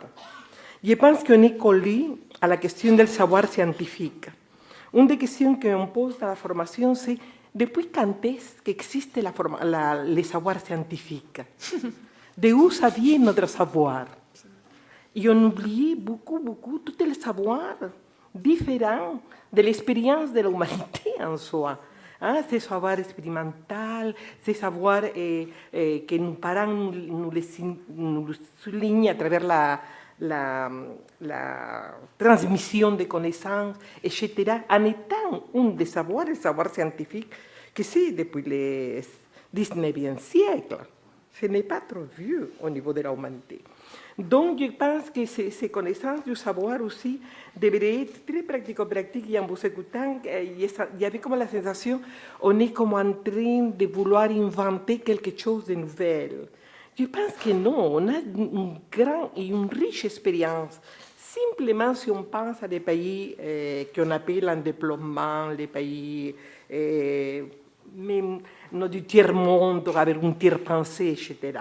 Dans ce monde, du tiers-monde, j'ai appris beaucoup de choses du savoir populaire. Toute la question de l'éducation populaire, toute la question de reconnaître notre moment historique. C'est quoi que réellement le social veut de nous, le macro-social, et que nous, entre guillemets, on l'ignore, mais on sait les conséquences de tout ça. Donc je me dis, dans tout vos discours, quoi on est en train de prendre de tout cet apprentissage d'humanité, surtout dans des situations très difficiles comme la situation du tiers-monde. Par exemple, c'est quoi que font les gens actuellement pour survivre la question de la guerre? La guerre des bombardements, mais la guerre économique aussi. Ils sont des gens qui continuent à créer, à imaginer des choses impressionnantes. Donc je me dis comment aussi ces savoirs qui viennent d'ailleurs pourraient être récupérés pour nous, pour justement alimenter le savoir qu'on voudrait dans l'avenir. C'est un questionnement de cet ordre qui a émergé. Ne pas oublier les choses qu'on avait gagnées, comment est-ce qu'on les avait gagnées, et voir si sont des choses pratico-pratiques pour l'avenir. Quoi de tout ça doit changer, mais continuer, je pense la continuité aussi. Pour moi, un des problèmes majeurs que je ressens après ma longue vie, c'est qu'on fractionne tout le temps, on brise la continuité. Je pense que le capital jamais a été généreux pour l'humanité. Je vais vous demander de conclure, Madame. Merci pour donner la chance aux autres. Oui, je vais finir, je m'excuse beaucoup, pas de problème. mais ce n'est pas une question, c'était plutôt une réflexion que j'ai posée, que je suis en train d'exprimer. Donc je me dis, c'est quoi que réellement on doit récupérer du passé pour pouvoir nourrir la question du présent? Je pense que ça serait la question et pour tout le monde, et merci beaucoup. Merci.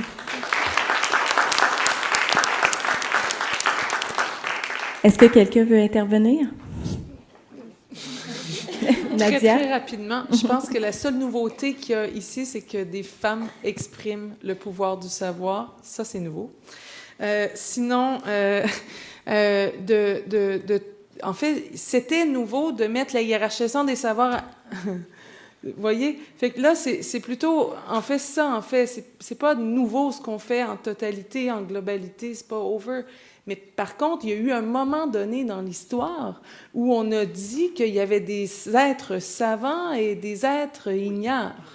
Et il y a un moment donné où on s'en est même servi pour pouvoir créer l'ensemble du pouvoir et maintenir le pouvoir en place et maintenir les personnes dans des cases déterminées. Et je vais me permettre, j'avais une petite citation moi aussi, puis là, elle est trop parfaite.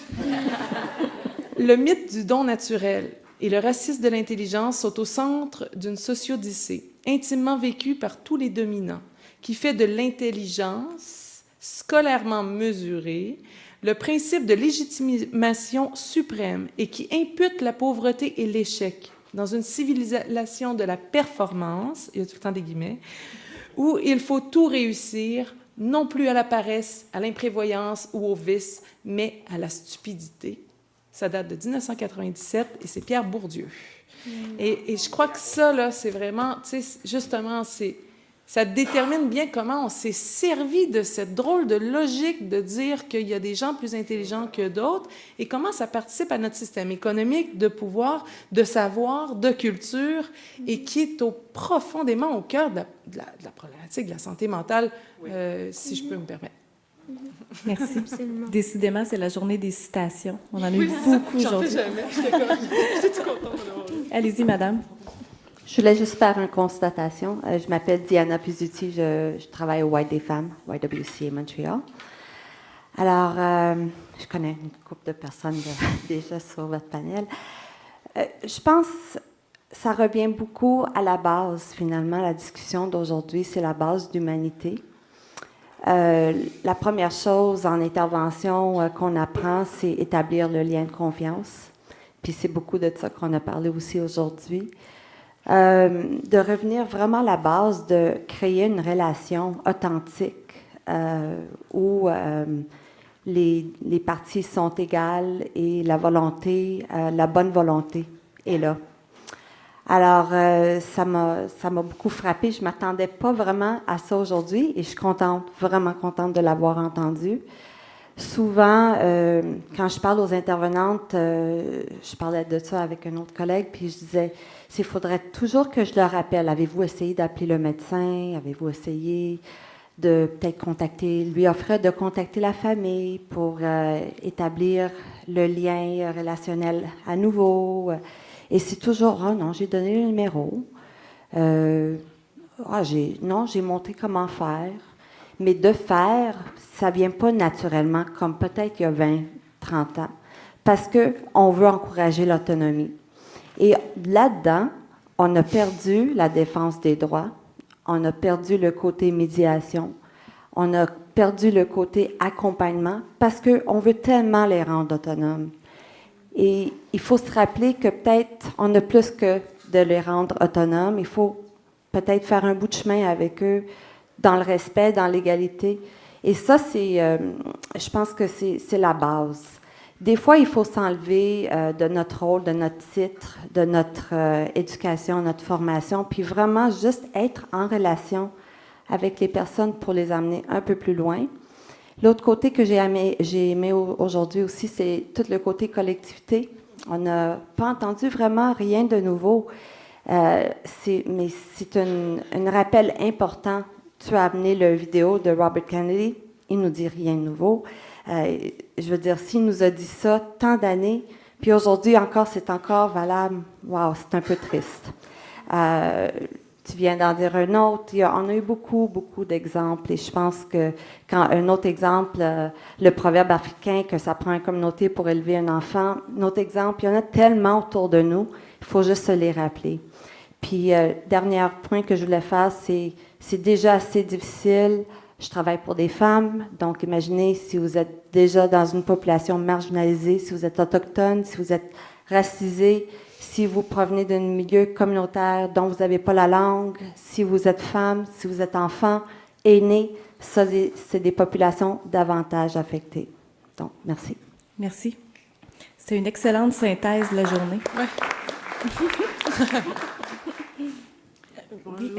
Oui, bonjour. Je voulais vous remercier. Je pense que vous donnez tous des exemples de comment, et des exemples comme ça qui foisonnent, mais qu'il faut connaître et se le dire parce qu'il y a une force souterraine, souvent marginalisée ou qui se perçoit peut-être marginale, qui est là, une force existante, qui va.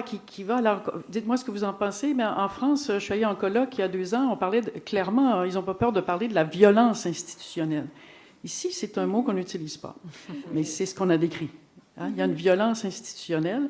Et vous êtes les exemples, vous avez donné de mains exemples de comment prendre le temps, c'est payant. Alors qu'on dit que prendre le temps, ça va nous faire perdre de l'argent dans certaines institutions. On a parlé de ça ce matin. Vous avez donné de nombreux exemples. Et qu'est-ce que vous pensez de cette idée que, parce que vous avez parlé aussi de posture éthique, posture éthique, c'est peser les avantages d'agir ou ne pas agir et les désavantages ou les risques d'agir ou ne pas agir de telle façon. Qui que l'on soit, citoyen, professionnel, médecin, bénéficiaire de services, on doit se positionner actuellement à se demander est-ce que je dois dénoncer ou non ce qui ne me permet pas d'accéder à mon pouvoir d'agir. Je propose cette définition de l'autonomie. Dites-moi ce que vous en pensez. Plutôt que d'autonomie, on a souvent la représentation mentale que c'est de être capable de faire les choses tout seul. On voit que non, il y a beaucoup de choses qui est bien qu'on fasse avec les autres et que l'être humain est fait comme ça et que c'est pas parce qu'il n'est pas autonome. Alors, d'évaluer plutôt mon pouvoir d'agir. Je peux bien fonctionner dans un système et n'avoir aucun pouvoir d'action. Je peux être évalué, avoir un bon fonctionnement mental et sentir intérieurement que je n'ai aucun pouvoir d'action. Qu'est-ce que vous pensez de cette nouvelle définition plutôt que de parler d'autonomie, d'évaluer le pouvoir d'action des individus et des groupes sociaux? Laure? Moi, j'aime beaucoup cette proposition-là. Puis dans la construction, finalement, qu'on se fait chacun de nous, de notre propre pouvoir. Puis je pense qu'il y a ce qu'on ressent à savoir si oui ou non on la ressent, cette autonomie-là, ou on la perçoit chez l'autre à côté de nous. Puis il y a aussi ce regard-là qu'on peut avoir sur notre collectivité. Est-ce que le Québec, par exemple, quand si on le regardait comme on regarde un individu, est-ce qu'il a ce pouvoir d'agir-là ou est-ce que lui-même, dans sa tête, se met des blocages comme si c'était pas possible, s'auto-limite finalement dans ce qu'on veut faire collectivement? Puis moi, j'ai l'impression que là, on est à un moment où justement, il faut qu'on s'engage davantage puis qu'on réalise à quel point on en a du pouvoir d'agir, puis on a la capacité de construire le monde dans lequel on a envie d'être dans 10 ans, dans 20 ans, dans 30 ans. Puis c'est à force de choix qu'on prend, puis aussi de choix qu'on ne prend pas aujourd'hui, qu'on est en train de décider ce qui se passe. Et ça, c'est vrai à l'échelle individuelle comme à l'échelle collective. Et c'est beaucoup dans notre perception, dans notre vision de ce qu'on est capable de faire. Ça me semble vraiment important. Je voudrais juste revenir sur quelques-unes des autres interventions qui ont été faites sur la question de l'immigration, par exemple, et puis de la mixité. De la même manière que dans un écosystème, on a besoin de diversité pour qu'il soit riche, pour qu'il soit en santé. Dans une société, on a besoin de cette mixité-là, de cette biodiversité d'idées, de visions du monde, de manière d'appréhender les solutions et d'être heureux aussi, parce qu'il y a toutes sortes de manières de l'être. Puis pour la plupart d'entre nous, ça ne correspond pas nécessairement à ce qui nous est présenté dans les films de Walt Disney quand on est petit, puis comment on le construit après, mais que ça nous habite. Donc, le malheur fait partie du bonheur. Les défis font partie de ce qui nous construisent. Puis, si on veut, par exemple, construire une économie qui soit basée davantage sur les liens plutôt que sur les biens, mais il va falloir qu'on décide de le faire ensemble, de regarder d'autres paramètres et peut-être de miser aussi sur l'empathie comme valeur collective, hein? D'être capable de se mettre dans la peau de l'autre, dans les décisions qu'on prend dans notre regard sur les autres aussi et sur ce qu'on souhaite. Très bien dit. Je vais prendre 2 dernières interventions rapides. Notre conférencier pour la conférence de clôture est arrivé. Donc, Madame, allez-y. Oui, bonjour, mais je vais quand même prendre le temps de dire quelques affaires. Je m'appelle Josée Prénovo, je suis travailleuse sociale au CLSC Saint-Henri, qui est devenu le C3S Sud-Ouest Verdun et maintenant le CIUS du Centre-Est de l'île de Montréal, ce qui, à mon avis, illustre bien la désorientation gouvernementale. On est passé du Sud-Ouest au Centre-Est. Bon, c'est ça. Tout en restant au même endroit, bien sûr. Bon, donc, il y a beaucoup de choses que vous dites qui m'intéressent et qui me rassurent. Entre autres, réaffirmer l'importance de la création de liens authentiques, que le vécu individuel est souvent un miroir du vécu collectif et vice-versa. C'est vraiment important. Alors, il y a beaucoup je travaille dans le réseau public. Il y a beaucoup de découragement. Bon, c'est ça, découragement. Un impact sur la santé mentale, évidemment, direct des intervenants qui ont à soutenir des gens très en difficulté. Fait que c'est pas évident.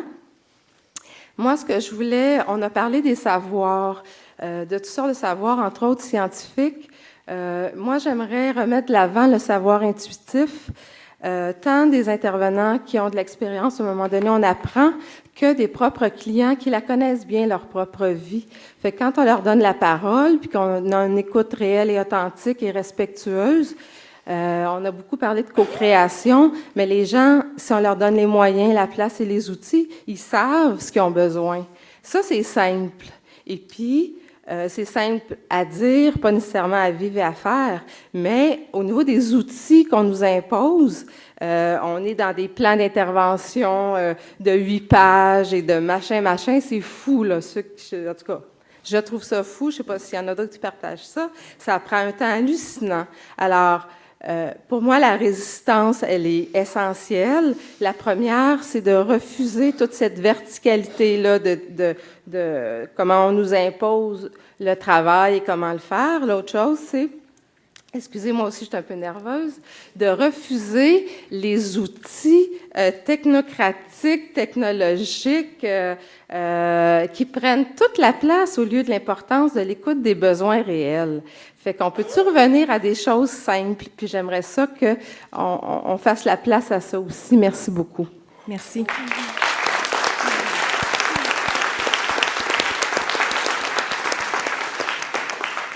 Je vous demanderais de prendre la peine d'éteindre vos cellulaires. Tout d'un coup, on dirait le téléphone sonne. Allez-y. Merci. Bonjour, je suis Esther Paquette, je suis au CA de l'Association canadienne pour la santé mentale et je suis responsable du certificat en santé mentale à l'UDM. J'ai une question, je vais essayer d'être brève. J'ai une question pour Laure Varidel. Laure, vous nous avez parlé de votre recherche doctorale. Vous nous avez parlé du fait que vous avez vu comment il y avait beaucoup d'initiatives un peu partout au Québec et que tout ça créait quelque chose de plus que des initiatives séparées, mais qu'il y aurait une vague de fonds. Bon, j'aimerais savoir un petit peu plus sur, en fait, au-delà du nombre, qu'est-ce qui vous amène à vos conclusions?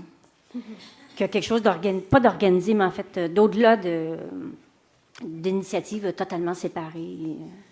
Bon, c'est sûr que même quand on regarde les données empiriques, donc le nombre d'organisations qui sont créées, les comités de citoyens, d'initiatives à l'échelle très, très locale, qu'au sein même de grandes entreprises ou même au sein de nos ministères en termes d'initiatives de plans de développement durable ou de comités d'action de toutes sortes. Donc, même quand on regarde juste le dénombrement, il y en a de plus en plus. Puis ensuite de ça, donc j'ai d'abord lancé un questionnaire. À ma grande surprise, j'ai eu plus de 1200 réponses. Donc, déjà, ça me donnait une idée de ce qui existait. Puis ensuite de ça, je suis allée sur le terrain. En fait, je suis allée dans toutes les régions du Québec, sauf la Côte-Nord. Et puis, ouais, c'est ça. En fait, c'est la seule région où j'ai pas pu aller rencontrer donc des gens. Et je partais finalement d'acteurs locaux. Souvent, j'étais invitée pour aller faire des interventions publiques pour autre chose. Puis, je disais, on va faire un échange de services entre vous. Je viens faire une conférence par chez vous, mais en échange, vous m'identifiez des organisations ou des initiatives, sans que ce soit nécessairement au sein d'organisations comme telles, des initiatives qui, pour vous, sont porteuses de changements dans votre région, vraiment. Fait que j'ai eu droit à toutes sortes de choses très, très, très diversifiées. Exemple, au Témiscouata, une dame dans un petit village qui a un restaurant végétarien qui accueille surtout des gens qui font c'est comme un truck stop, si on veut, là, entre le Québec et le Nouveau-Brunswick, mais où, finalement, elle se trouve non seulement à faire de l'éducation, une alimentation saine, locale, biologique et tout ça, mais elle se trouve pratiquement à faire de l'intervention sociale. Puis les gens y arrêtent là parce que c'est bon, parce qu'elle fait du bon pain, puis ça crée, il y a des liens qui se créent là, il y a des dynamiques qui se passent qui pourraient passer inaperçues, mais bon, parce que j'ai été référée par des gens de la place, ils ont pu me montrer qu'il y avait des choses comme ça qui se passait. Bon, je vous ai donné l'exemple du café d'Alma et tout ça, mais aussi même au sein de grandes entreprises et même de projets qui, a priori, sont pas dans le courant environnemental ou tout ça. Je pense à une compagnie minière en Abitibi-Témiscamingue qui a vraiment fait un travail avec les communautés autochtones locales pour identifier les sites qui étaient pour eux importants, pour travailler avec eux, pour essayer de développer des projets. C'est sûr que c'est pas un modèle de développement, je vous dirais, qui va naturellement dans ce que moi j'identifie comme du développement, mais c'est de voir comment même au sein d'initiatives plus conservatrices, il y a des préoccupations qui sont en train d'émerger. Il y a surtout des gens à l'intérieur de ces entreprises-là qui veulent faire les choses autrement, plus que ce que j'aurais pensé, je dois avouer. Fait que on regarde, puis ce qui se passe, bon là, il y a Jean-Martin qui vient d'arriver au chantier de l'économie sociale aussi, la multiplication des initiatives qui sont là, tous les outils, tous les leviers dont on dispose. Puis il n'y a pas si longtemps, j'ai été invitée à aller faire une intervention à Détroit pour une rencontre sur l'économie sociale, développement d'un souhait, en fait, d'un réseau nord-américain. Puis c'est fascinant de voir à quel point le Québec est perçu pratiquement comme un paradis au niveau social et environnemental. Quand on regarde effectivement, quand on se compare, bon, surtout à Détroit, mais même quand on se compare aux États-Unis en général, on sait donner des outils collectifs formidables. Puis là, il faut faire attention de ne pas les perdre. Hein? C'est pas juste de dire qu'on veut développer des nouvelles affaires, mais il y a des acquis qu'on a. Puis là, on voit tout ce qui est en train de se passer dans notre système de santé. Je pense que plusieurs d'entre vous êtes sur la ligne de front. Il faut qu'on s'unisse et c'est le temps de faire le lien entre les politiques publiques puis ces forces de résistance-là qui sont vraiment nécessaires maintenant. Puis il n'y a pas, encore là, on utilise beaucoup l'argument de l'argent, dire on n'a pas d'argent, on n'a pas d'argent. Regardons globalement le PIB du Québec, là, malgré tout, il a continué à augmenter. Oui, il y a l'enjeu démographique. Oui, il y a toutes sortes de dépenses, puis on peut présenter les choses sous différents angles, mais globalement, le Québec, il est riche. On a encore plein de moyens de s'organiser. Il faut qu'on choisisse nos priorités ensemble et c'est pas en mettant notre argent dans des paradis fiscaux qu'on va se donner les moyens de se donner une société qui nous ressemble et celle qu'on souhaite pour nos enfants. Fait que et c'est pas non plus en ostracisant les riches complètement. Moi, je pense qu'on a un travail à faire avec eux aussi. Pour sentir que, oui, il y a un travail de resolidarisation à faire et c'est le système qui doit être changé, les règles du jeu qui doivent être changées, mais ces règles du jeu-là ne vont pas changer toutes seules. Elles vont changer parce qu'il y a des citoyens qui vont s'organiser au sein, justement, d'organisations et qui vont envoyer un message clair en proposant un modèle de développement qui est différent. Et je pense qu'il faut qu'on rentre dans une autre posture de pas juste être dans le non, non, non, mais plutôt qu'est-ce qu'on propose? Puis on peut proposer autre chose. Il y a des alternatives, c'est à nous de le construire ensemble. Puis j'aime bien ce que vous proposez avec SECO comme approche. Profiter de cette intelligence collective qui est la nôtre pour construire le monde qu'on se souhaite, le choisir ensemble. Merci. Merci à vous quatre. C'est comme ça qu'on va conclure.